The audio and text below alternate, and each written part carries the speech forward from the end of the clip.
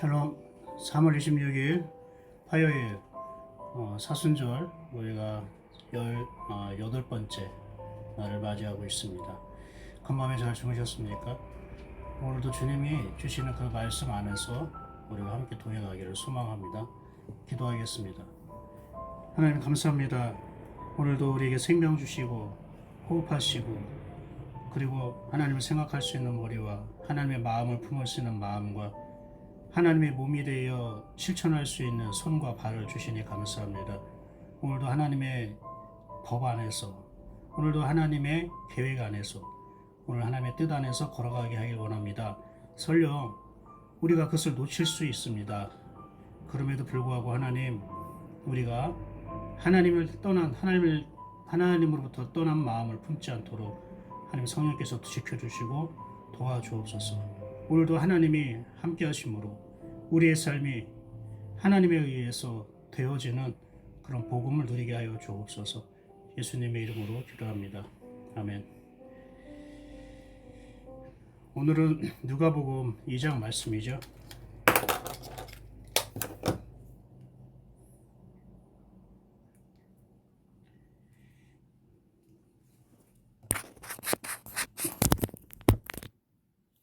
누가복음 2장 말씀.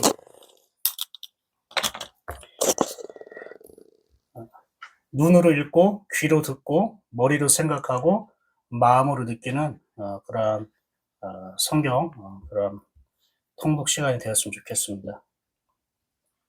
누가복음 2장입니다. 2장. 그때에 가이사 아구스도가 영을 내려 천하로 다 호적하라 하였으니 이 호적은 구레뇨가 수리아 총독이 되었을 때에 처음 한 것이라.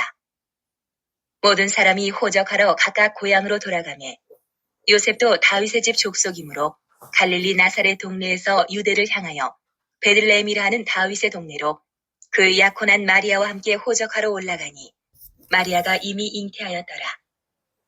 거기 있을 그때에 해산할 날이 차서 첫 아들을 낳아 강보로 싸서 구유에 누였으니 이는 여관에 있을 곳이 없음이로라.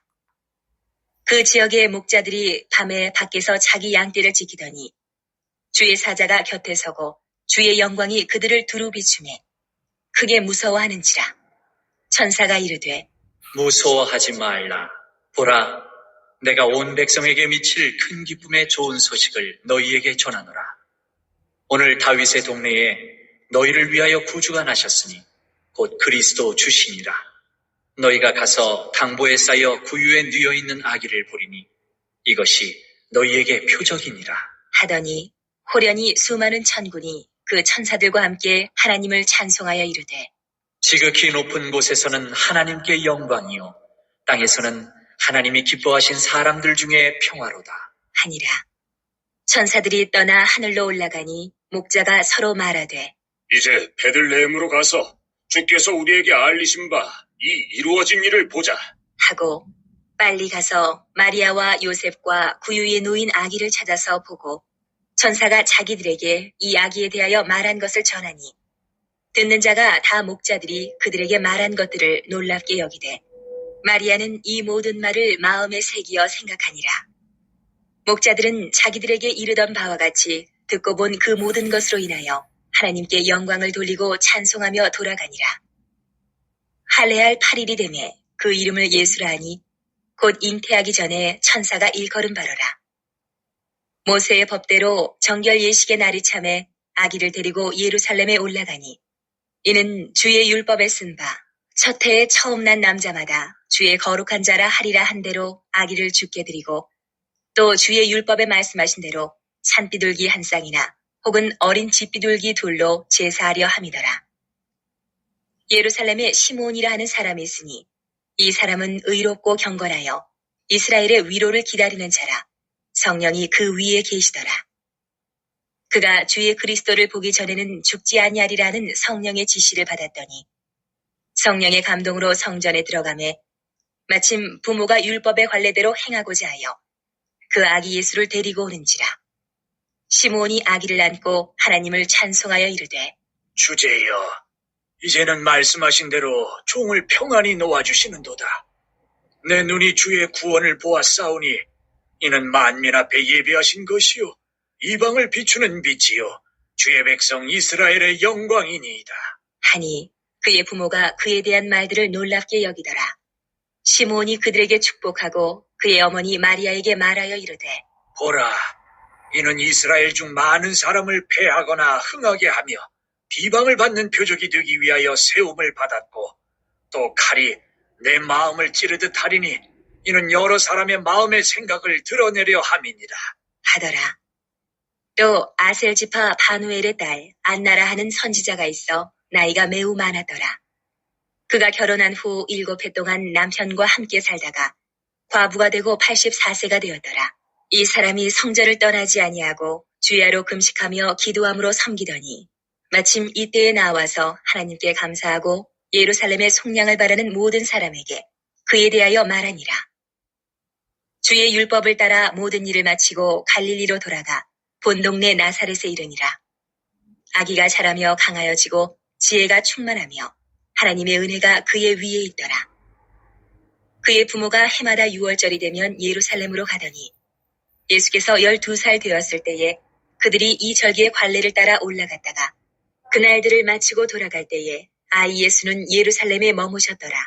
그 부모는 이를 알지 못하고 동행 중에 있는 줄로 생각하고 하룻길을 간 후 친족과 아는 자 중에서 찾되 만나지 못하매 찾으면서 예루살렘에 돌아갔더니 사흘 후에 성전에서 만난즉 그가 선생들 중에 앉으사 그들에게 듣기도 하시며 묻기도 하시니 듣는 자가 다 그 지혜와 대답을 놀랍게 여기더라. 그의 부모가 보고 놀라며 그의 어머니는 이르되 아이야 어찌하여 우리에게 이렇게 하였느냐. 보라 내 아버지와 내가 근심하여 너를 찾았노라. 예수께서 이르시되 어찌하여 나를 찾으셨나이까. 내가 내 아버지 집에 있어야 될 줄을 알지 못하셨나이까? 하시니 그 부모가 그가 하신 말씀을 깨닫지 못하더라. 예수께서 함께 내려가사 나사렛에 이르러 순종하여 받드시더라. 그 어머니는 이 모든 말을 마음에 드니라. 예수는 지혜와 키가 자라가며 하나님과 사람에게 더욱 사랑스러워 가시더라.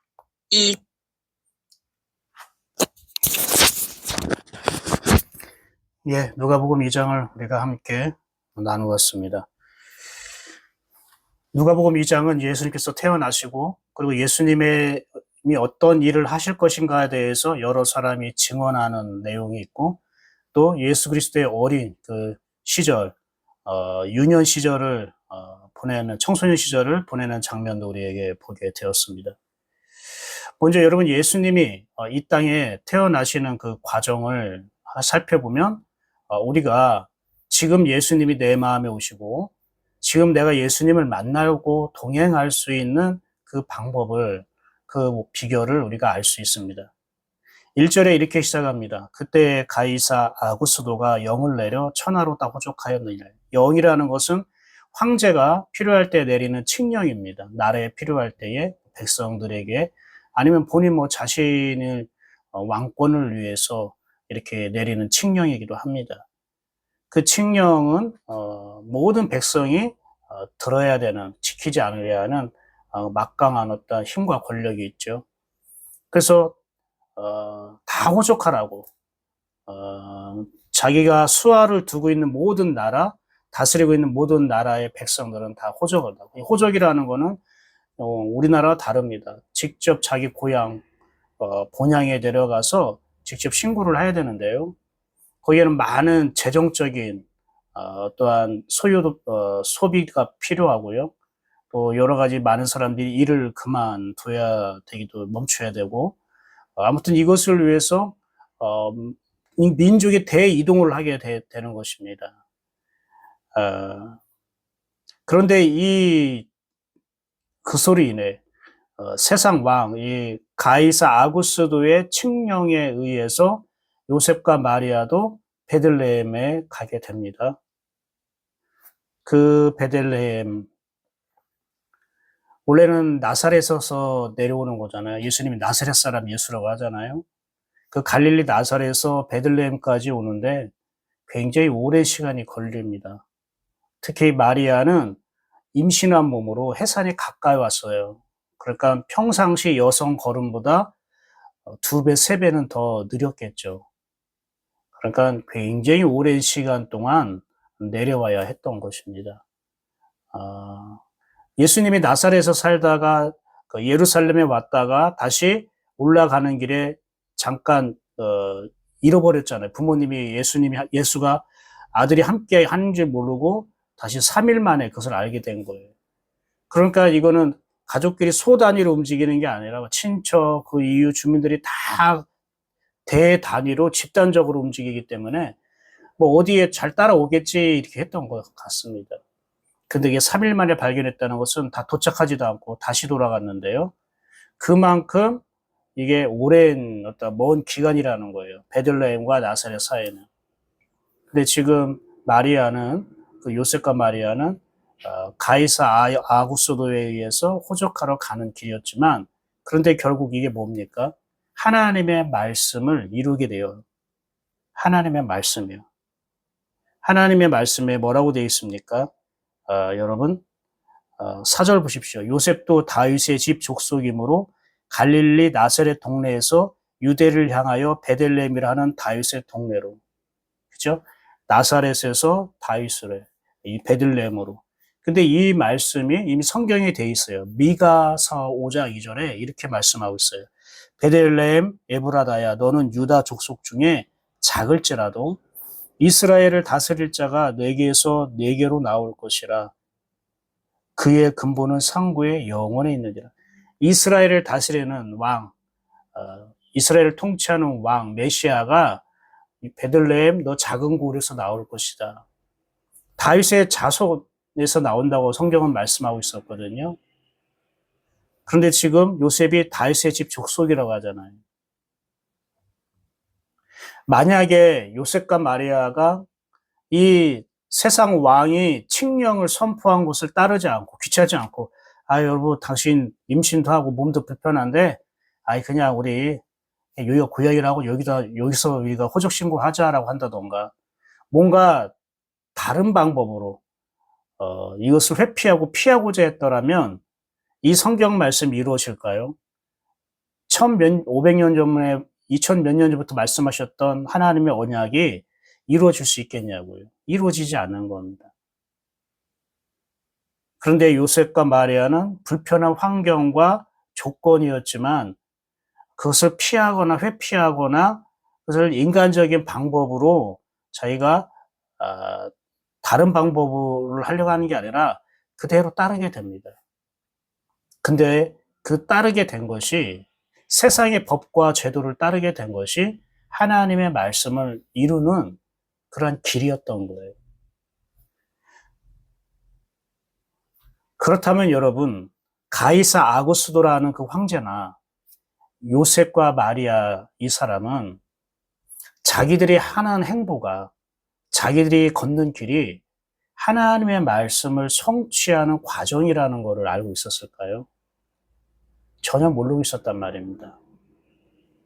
가이사는 인간적인 방법 때문에 어떠한 자기 나라 살림을 잘 이끌거나 더 왕권을 강화하거나 이런 어떤 행정적인 것을 정비하고 백성들을 더 잘 다스리려고 호적하라고 명을 내렸던 것뿐이었습니다. 거기에는 하나님의 뜻이나 섭리나 주님을 향한 것이 없어요. 하나님을 믿는 사람도 아니었기 때문에. 그러나 그 인간의 제도와 방법이지만 하나님은 이것을 통해서 당신의 뜻을 이루시는 데에 사용하셨다라는 거예요. 그러나 가이사 아구스도는 자기가 정한 법과 제도가 하나님의 뜻을 이루는 데 사용되는 줄 몰랐어요. 이게 불행한 거예요, 여러분. 이게 안타까운 거예요. 만약에 가이사 아구스도가 자기가 칙령을 내린 것, 호족하라고 칙령을 내린 게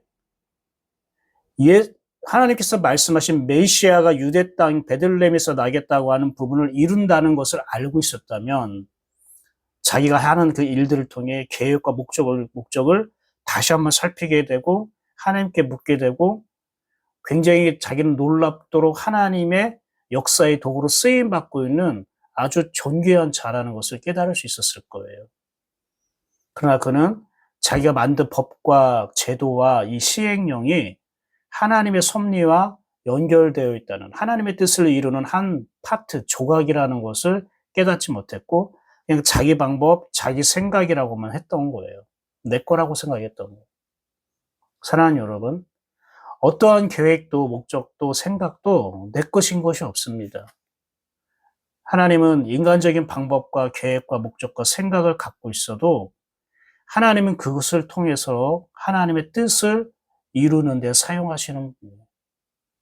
중요한 거는 내 뜻과 내 계획과 내 목적이 하나님의 뜻을 이루는 한 길이었구나, 한 도구였구나, 통로였구나라는 것을 깨닫지 못하고 그냥 살아간다는 거예요. 그게 불쌍한 거고 그게 불행한 거예요. 여러분, 세상의 역사와 제도와 방법은 하나님의 뜻에 다 어떻게 해요? 맞진 않아요. 오히려 하나님이 지으신 이 창조 세계에 하나님의 뜻과 정반대인 경우가 많고 우리 기독교인들이 이 세상 안에서의 법과 제도 안에서 사는 것이 말씀대로 사는 것이 어렵고 힘들 수가 많이 있어요. 그러나 분명한 사실은 아무리 세상의 강력한 법과 제도라 할지라도 하나님의 섭리를 벗어날 수 없더라는 것이고 하나님이 기뻐하지 않고 하나님이 허락하지 않는 그런 세상적인 법과 제도라 할지라도 그것은 최종적으로 하나님의 뜻을 넘어설 수가 없다는 걸 우리가 알아야 됩니다.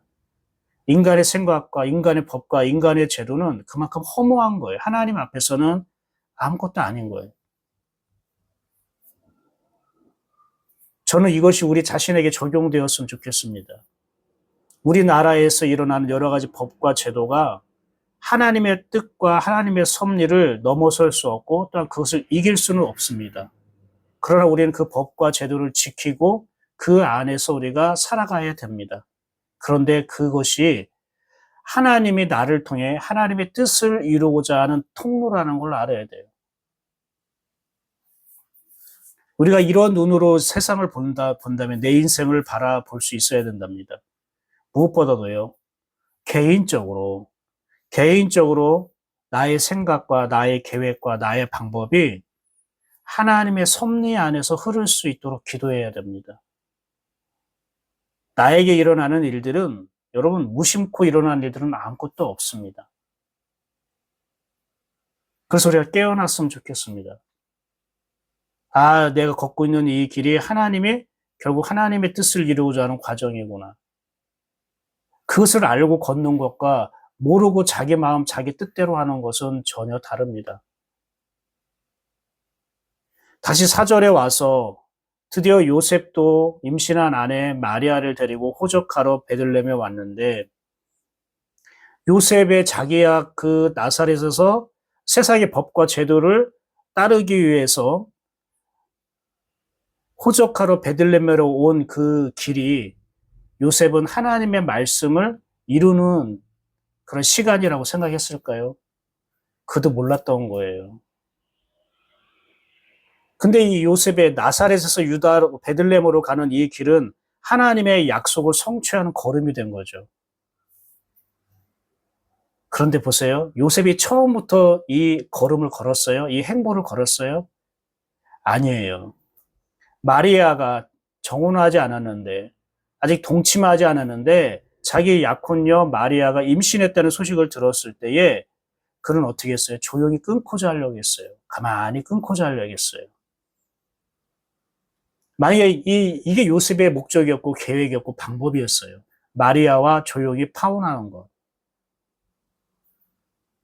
그건 남을 배려한다고 생각했지만 그동안 사랑했던 여인을 지키는 어떤 방법이라고 생각했지만 사실 결국은 마리아가 임신을 하는 것이 드러나게 되기 때문에 결국 마리아는 부정한 여인이 되고 죄인데 음란한 여인이 되므로 나중에 돌에 맞아 죽을 수도 있는 위험에 처해요. 그러니까 요셉이 자기가 사랑했던 여인 마리아를 위해 조용히 가만히 파혼하려는 거, 소리 소문 없이 조용히 헤어지려고 하는 거나 이혼 증서를 써가지고 헤어지게 하건 아니면 법적으로 신고를 해서 고발을 해서 헤어지게 하던 결과는 마리아에게 결과는 똑같다는 거예요. 그러니까 조용히 끊고자, 가만히 끊고자 했던 것은 사실 요셉은 자기 정혼녀, 약혼녀 마리아를 위한 게 아니라요. 자기 때문에 그런 거예요. 자기 체면, 자기 이름, 자기 집안, 가문, 그게 부끄럽지 않기 위해서. 겉으로는 남을 배려하는 것 같지만, 남을 섬기는 것 같지만, 남을 생각해 주는 것 같지만, 진짜는 자기를 위해서 그러는 거예요. 자기 속 편하려고.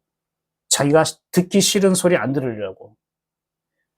화살과 비난을 다른 사람에게 돌리는 거예요, 결국. 그게 의롭다고 하는 거예요. 요셉은 의로운 자라 마리아를 조용히 끊고자, 가만히 끊고자 하더라.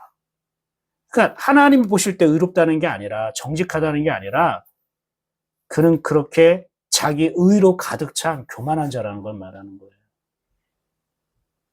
그런 요셉이 자기 의대로, 자기 생각과 방법대로, 마리아의 갖고 있는 생각과 계획대로 했다면, 오늘 이 미가서 5장 2절 말씀,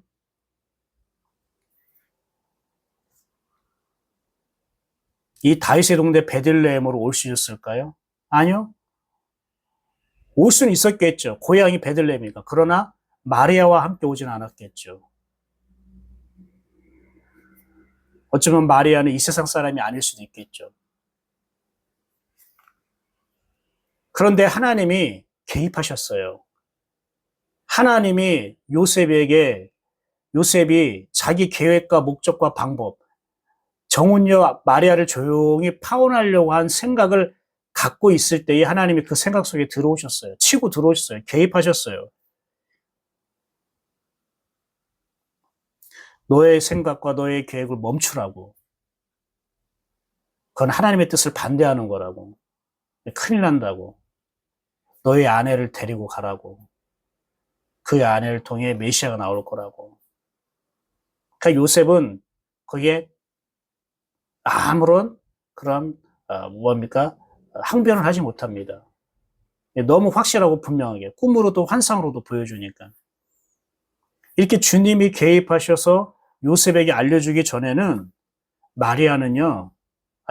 요셉은요, 자기 계획, 자기 생각을 이루려고 했어요. 마리아와 파혼하려고 했어요. 그러나 주님이 개입하시기 때문에 오늘 성경 말씀이 이루어진 거예요. 그러니까 마리아와 요셉과 마리아도 자기들의 걸음걸음이, 자기들이 베들레헴에 가서 호적 신고하려고 하는 그것이 하나님의 말씀, 하나님의 언약을 이루려고 하는 그 통로라는 걸 생각 못했던 거예요. 자기들이 하나님의 말씀을 이루는구나라고 생각 못했어요. 맞습니다. 요셉과 마리아가 하나님의 뜻을 이룬 게 아니라 하나님이 자기의 언약을, 자기의 약속을 하나님이 이루신 거죠. 어떻게 해서요? 요셉의 생각에 개입하셔서 요셉의 생각과 계획을 바꾸심으로. 아니, 요셉과 생각과 계획을 바꾸신 게 아니죠. 멈추게 한 거죠. 여러분, 하나님이 우리를 이렇게 인도하시고 우리를 지켜주시고 보호하시길 원해요. 여러분도 하나님의 도우심을 바라고 하나님의 인도하심을 구하고 있지 않습니까? 그러려면 반드시 하나님의 개입하심이 필요합니다. 하나님이 요셉과 마리아를 베들레헴으로 인도하고 지키시고 보호하셨잖아요. 그의 아들을 출산할 수 있도록 하나님께서 지켜주셨잖아요. 어떻게 해요? 하나님이 개입하심으로 그런 거예요. 요셉과 마리아 스스로 그걸 깨달아서 베들레헴으로 가진 않아요. 하나님이 개입하셨기 때문에 그런 거예요. 그렇다면 나도 하나님의 인도하심과 보호하심을 받으려면 먼저 하나님 나 인도해 주세요, 보호해 주세요, 지켜 주세요라고 기도만 할 게 아니라 하나님의 개입을 내가 허용해야 되는 거예요.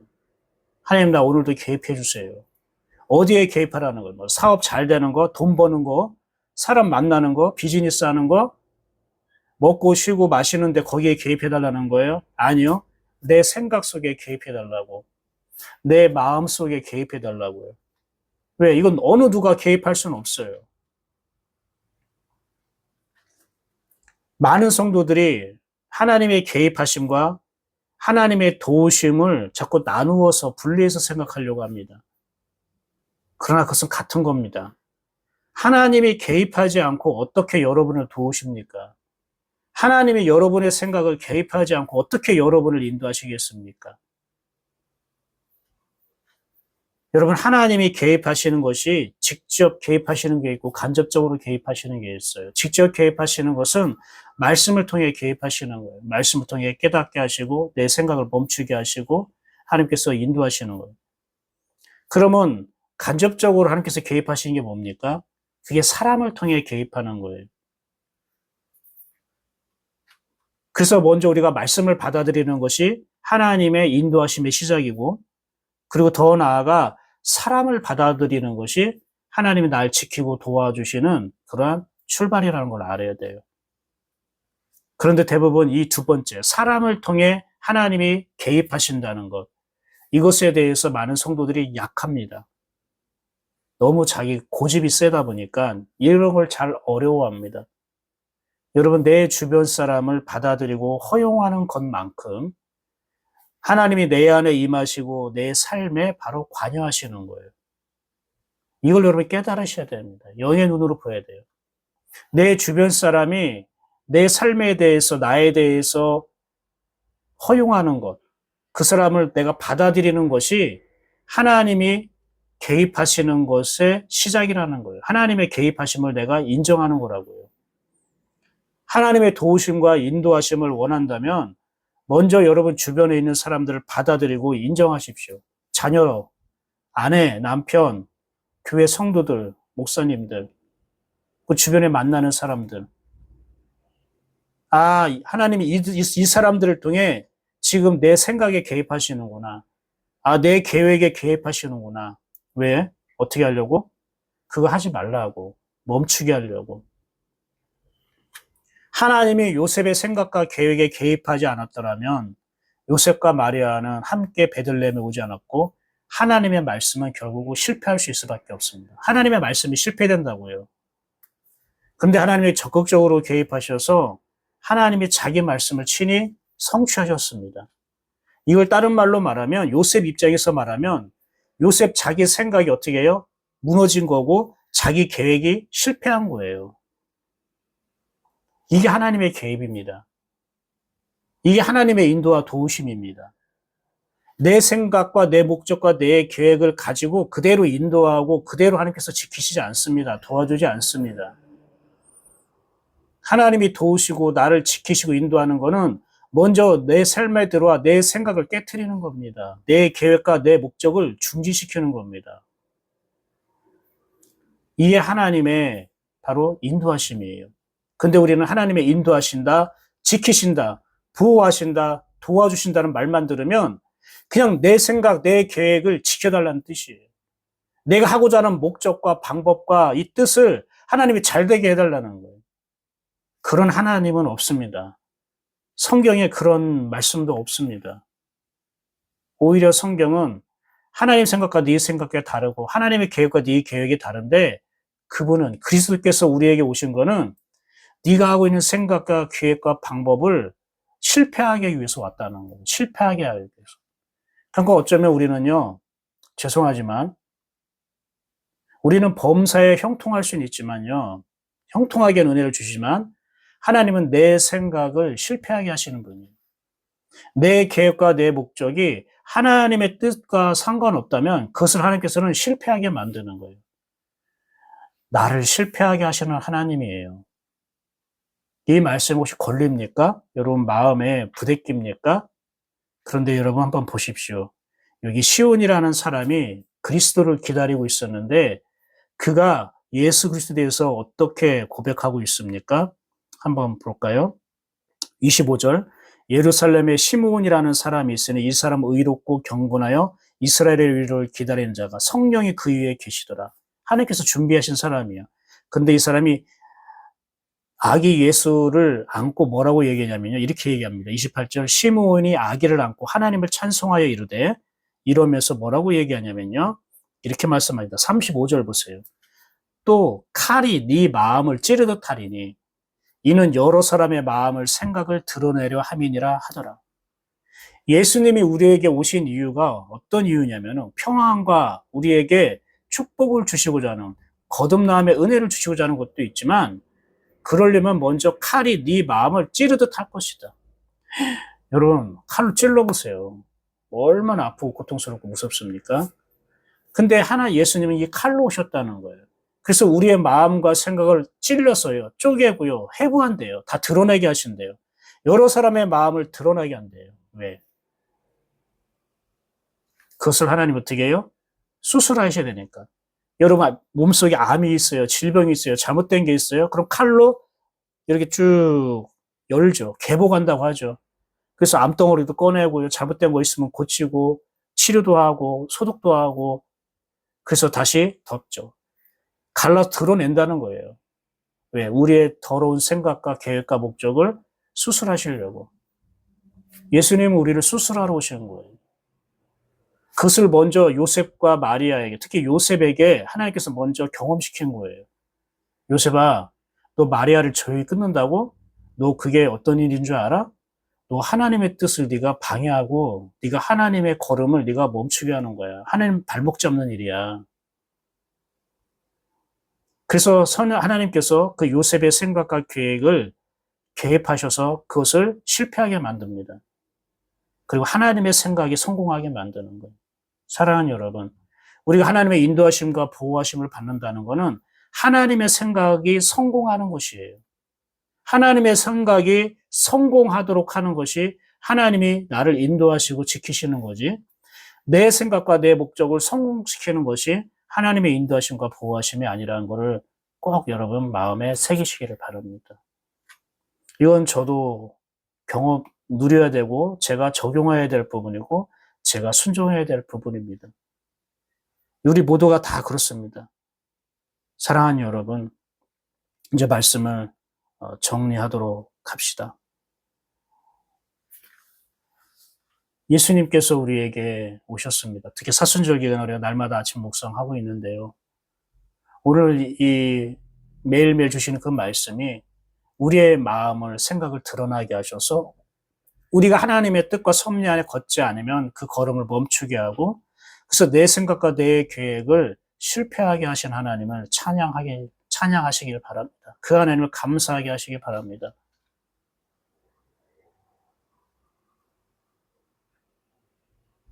복음은 복된 소식입니다. 왜 복된 소식입니까? 예전과는 다른 새로운 우리가 인생글, 삶을 살아갈 수 있기 때문에, 그러려면 우리가 변화되어야 되고, 변화되려면 내 생각이 바뀌어야 되고, 습관이 바뀌어야 되고, 그런데 그 일을 성령께서, 하나님께서 하시는 것입니다. 예수 그리스도께서 우리 안에 오셔서 하십니다. 여러분, 인간이 하는 어떤 생각과 계획과 목적이 하나님의 뜻을 이루는 한 방편이었습니다. 그러나 하나님께서는 하나님을 벗어나게 하고 하나님의 뜻을 방해하는 것이더라면 거기에 개입하셔서 하나님께서는 당신의 뜻과 계획대로 우리를 인도하십니다. 오늘 말씀을 통해 우리가 하나님의 세계 안에, 하나님의 행보 안에 우리가 들어있다는 그러한 영적인 어떠한 그런 눈으로, 시각으로 내 인생을 바라보고 또 내 일터를 바라보고 주변의 사람들을 바라봤으면 좋겠습니다. 나사렛에서 베들레헴으로 가게 하시는 그 하나님의 간절한 마음과 뜻, 소원, 그것이 여러분을 향한 하나님의 마음과 뜻입니다. 그래서 그분은 내 생각을 개입하시고 나의 잘못된 생각과 판단과 나의 계획을 하나님께서는 실패하게 하시기도 합니다. 오늘 이 하나님이 우리 안에 계십니다. 그 하나님께 오늘도 묻고 그 하나님을 기다리고 그 하나님과 함께 걸어가는 복된 하루 되시길 바랍니다. 기도하겠습니다. 감사합니다, 하나님. 오늘 가이사 총독이나 요셉이 자기가 하는 일들이 하나님의 뜻을 이루는 섭리라는 것을 깨닫지 못하고 걸어왔습니다. 이걸 통해 우리가 내가 걷는 걸음이 하나님의 섭리를 이루는 한 부분이라는 것, 통로라는 걸 알게 하여 주옵소서. 그러나 하나님 그대로 그걸 인정하지는 않습니다. 요셉처럼 하나님께서 요셉의 생각에 잘못된 생각과 하나님의 뜻에 반대되는 계획을 품고 있을 때에는 여지없이 개입하셔서 요셉의 것을 실패하게 만들고 하나님의 것을 성공시키게 하는 것으로 바꿔주신 것처럼 하나님 우리에게도 이런 은혜가 필요합니다. 하나님의 말씀이 평안과 위로도 되지만 시므온 선지자의 고백처럼 우리의 마음을 칼로 찌르듯 하여 그것을 드러내므로 결국 하나님의 섭리 가운데에 이것이 이루어질 수 있도록 하나님 뜻을 이루는 데 사용될 수 있도록 은혜를 주시는 하나님을 생각하게 됩니다. 주여 도와주옵소서. 아버지 하나님으로 되어지는 놀라운 은혜를 오늘도 누리게 하여 주옵소서. 예수님의 이름으로 축복하고 기도합니다. 아멘. 오늘도 주님과 동행하는 복된 하루 되시기를 바랍니다. 내일 아침에 함께 누가복음 3장으로 함께 말씀의 은혜를 나누도록 하겠습니다. 좋은 하루 되십시오. 샬롬.